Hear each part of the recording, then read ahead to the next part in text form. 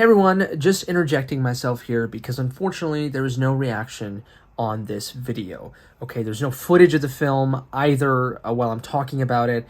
It got blocked, okay, twice, essentially. And there's nothing I could do, and I really don't want to risk any more because I feel like, Warner Brothers might then strike my channel, and I don't want that. So I'm very sorry. What I'm going to do is I'm going to put a link below to the video, to the scene that I reacted to.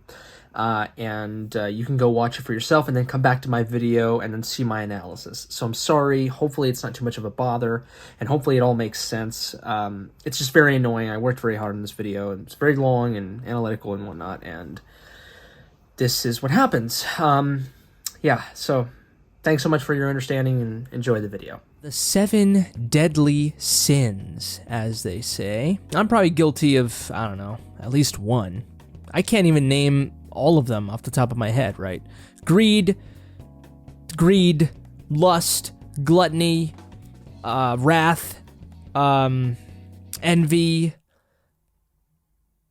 I don't know. Of course, I'm talking about the 1995 film 7, and I do believe it came out in 1995. Let's just double check. Yes, it came out in 1995. I am just amazing at my job. But yes, 1995, Morgan Freeman, Brad Pitt, Kevin Spacey. This film was basically the framework for, the crime detective, buddy cop sort of films, right? Reminds me a little bit of The Little Things with Denzel Washington and Jared Leto. A lot of people said that film copied this film, and I'm sure there's plenty of other films that 7 is very much like. The way, I'm just going to say one thing when it comes to that. Okay, stop doing that. Like what I said with my Avatar video, copying from like a framework of another thing is not it shouldn't be looked down upon, because we literally do that with everything in our lives, okay? Good and evil is literally the most cliche thing you could ever do, and that's like, what, 60-70% of the films that we watch? Maybe like 90, right? Hell, the most popular films in the world are that, right? So you can push that argument like so far to the point where it just becomes stupid to make it. So let's stop doing that. But I decided to pick this scene from 7 to react to and analyze, because I think look, the film is fantastic. The film is a masterpiece, okay? Let me just get that out of the way. But this scene right here is my favorite. It's not the end scene or one of the other scenes that people like to talk about. I'm guessing you have already watched this film if you're clicking on this video. Either that or you don't care. But yeah, spoilers. I think you should expect that. And I think the scene perfectly encapsulates the greatness of the movie, but it also makes the biggest commentary on our society. And I think that's the best, right? Is when films can sort of transcend their own narrative greatness, like in their own sphere, and they just sort of speak, out into the world, right? But this scene right here is great. I'm sorry that it's really bad quality. It's 8 minutes long, but it's totally worth it. And actually, yeah, 8 minutes. Just shy, or just not shy, I guess, because it's a minute over 7. Here we go.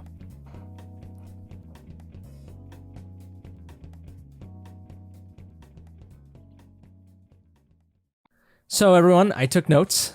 Take a look at my handwriting. Oh, can you even see it? I don't even think so. It's too bright. So first up in the scene, we get sort of a little reference from John Doe, as the character is called. We get this little reference of, it doesn't matter who I am. It doesn't matter what my name is. My identity matters not. It matters what I do and what we're doing right now. And I think it's genius, of course, because the villain, his name is John Doe. It doesn't matter. And at the same time, it's fascinating because John Doe is kind of the identity of no one, because that is the base name that we all use. That's the name that is used in every single, stock ID photo, right? But at the same time, it's the identity of all of us. So I like that contradiction. And at the same time, that is the case because Kevin Spacey's character, John Doe, is essentially trying to prove to everyone. He's trying to do something. He is the catalyst for everyone in a way, right? Because he's a hypocrite. Everybody in this world is a hypocrite. Everyone in this world is a sinner because he did commit sins. He murdered people. And there is a little bit of envy in him, right? And so he is completely showing, the evils of the world and showing all the contradictions of the world while also being a part of that contradiction. His masterpiece, he's building up towards this masterpiece, which I think is really interesting. He has this very egotistical nature to him, which is interesting because he literally just said, it doesn't matter who I am. What matters is what I'm doing. But at the same time, he wouldn't really have this ego if he didn't care about who he was or what he was doing, But I guess in a way, Jesus, we don't care about Jesus. We care about what he did. We care about who he was, but like his name, it could have been Joseph, it could have been Jose, it could have been Bob, it could have been whatever. It's not really his name that matters. But it's interesting because he John Doe, he doesn't want to be like this. He doesn't want to make it seem like he's this pompous guy, but at the same time, he can't help it but be that.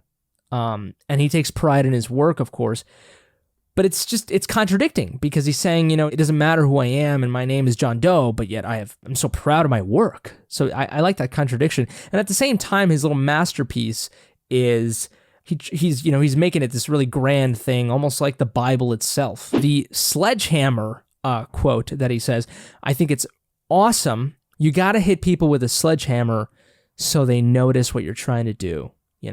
People didn't notice me. People don't care about me, but I got to hit them with that sledgehammer. And that is very interesting. And that's really the beginning to me in this scene on how the writers try to kind of not only humanize the character, but try to relate that character to us. In a way, we kind of see John Doe's character as, that loner, that person that never got the time of day, probably had a really crappy life. And this is the way he was going to make his voice heard. And it was a really unfortunate way, but this is how it's done, right? And unfortunately, you look at tragedies in the world, and that is so often the case. People who just create the most destructive consequences for innocent people are very tormented individuals as well. People who are hurt people, right? Hurt people. So that's literally it, right? And Detective Mills follows this with sort of being really adding some sort of comedic relief into the conversation. What Detective Mills saying, and he's asking him, oh my God, you're insane. Tell me what do you do? What do you do when you're alone? Like, do you know that you're insane? Like, I think it was hilarious. But it's really interesting, right? Because John Doe follows that with, well, you want to label me insane. That's comfortable for you. Because if you label me as someone who's sane, who knows what he's doing, who's aware of what he's doing, who is fully reasonable, right? Who's not hindered by anything, then you're going to look at yourself in the mirror and you're going to freak yourself the hell out. And that's fascinating. And that's exactly what makes John Doe's villain character so great and so universal and so relatable in many ways, right? And really just pins the heroes down because it's so accurate. I mean, you look at a movie like Joker, right? The main character of the film who just kind of descends into this insanity. Look at Michael Douglas's character in Falling Down. It's these very normal people who just descend into hell, right? Descend into becoming monsters. And I think the real shame, sometimes, look, I don't want to say this, maybe I'm just saying this for purely artistic or purely argumentative reasons, but sometimes the biggest shame is that people who are kind, who are nice, who are humble, or who are just in general good people, like a Detective Mills, right? The biggest shame is that they have an Icarus moment. That they think they're too good, that they think they're incapable of becoming a monster. That's the biggest shame, is that we don't realize that that's something universal in all of us. in you. You have the capacity to go down that hill too. And the biggest shame is when we don't realize that, when we think we're too good, when we think that wouldn't happen.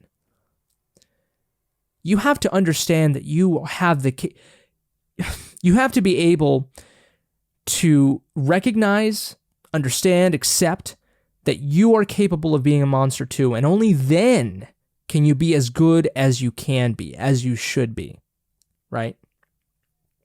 A person who understands the extent of their abilities, the extent of their capabilities, only then can they fully control themselves and fully do right moving forward. And sometimes that's the biggest shame. Sometimes it's even more sad when people get too egotistical and they're too benevolent, too angelic, And that's what Detective Mills here does. That's his sin right here, right? Of course. It's wrath, right? It's this sort of like brashness, And I think John Doe definitely just puts that right into Detective Mills' face, and he's saying, the only reason you're not beating me up is because there's a barrier between us, because there are consequences, because there are things that constrict you.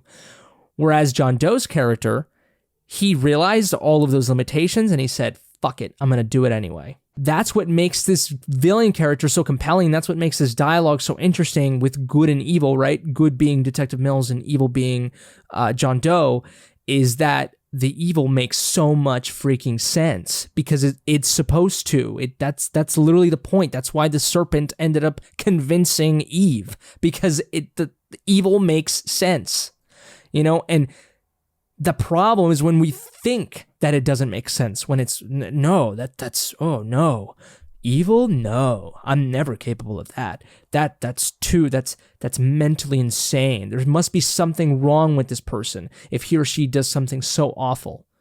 No. What about that person being completely sane and doing that?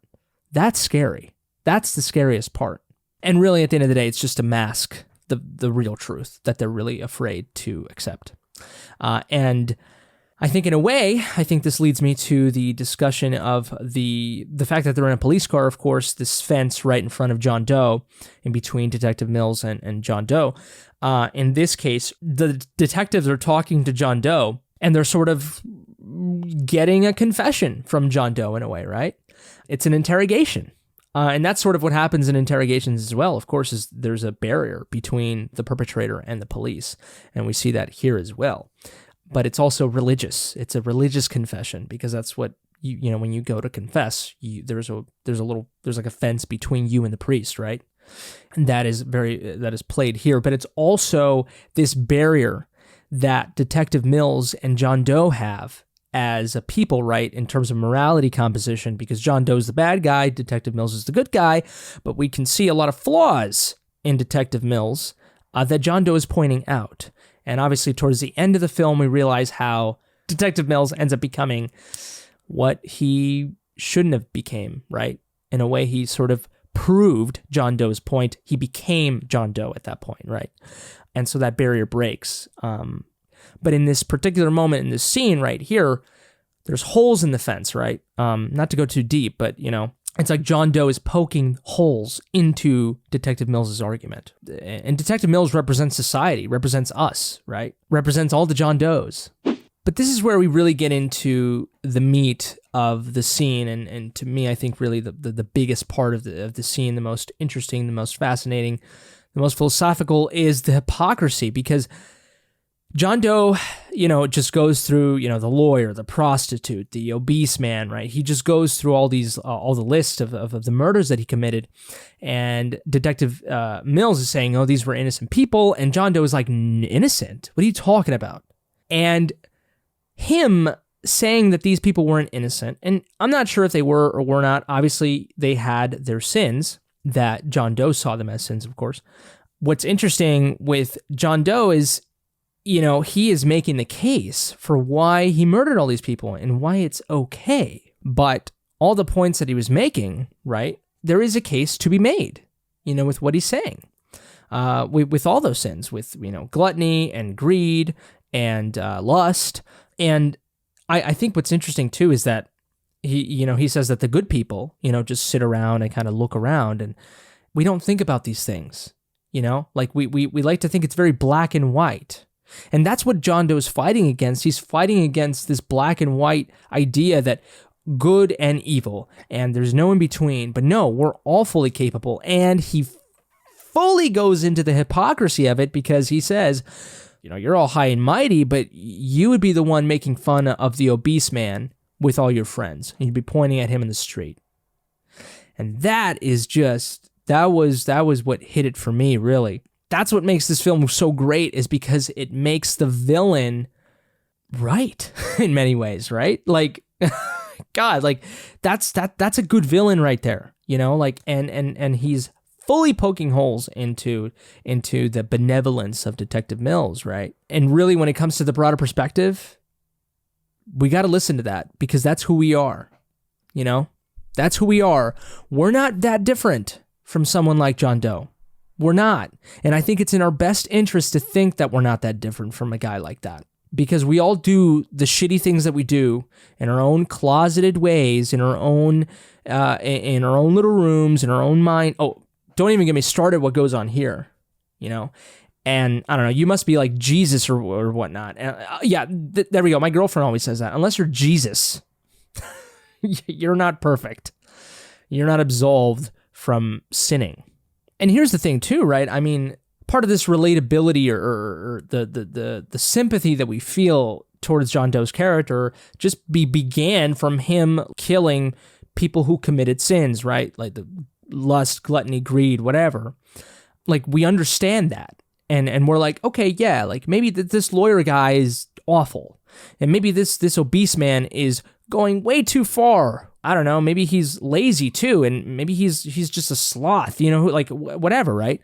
But we wouldn't go that route the way that John Doe goes, right? Of course, with murdering these individuals. But we understand his motivation, and we all share that motivation, you know? Like, we all have that. And Detective Mills is trying to say that no. You're nothing. You're a t-shirt at best. You know, but that's him literally avoiding. That's us, okay? Detective Mills is us, literally avoiding, trying to take every possible way to tell ourselves, to lie to ourselves that someone like John Doe is not right, and that we're not like him, you know? So, and Detective Somerset knows very well what not only John Doe is doing, but what Detective Mills is failing to do. The way that he looks at him, we know this very well. But let me know if you guys agree with my take on this scene from 7 down below. Comment down below. Give this video a like if you like, dislike it if you didn't. Subscribe to the channel if you enjoy this content, of course. And make sure to spread this video with your number-loving friends, if you will. And your sinner friends, because everyone's a sinner. You guys take care. Stay safe, and until next time, I love you.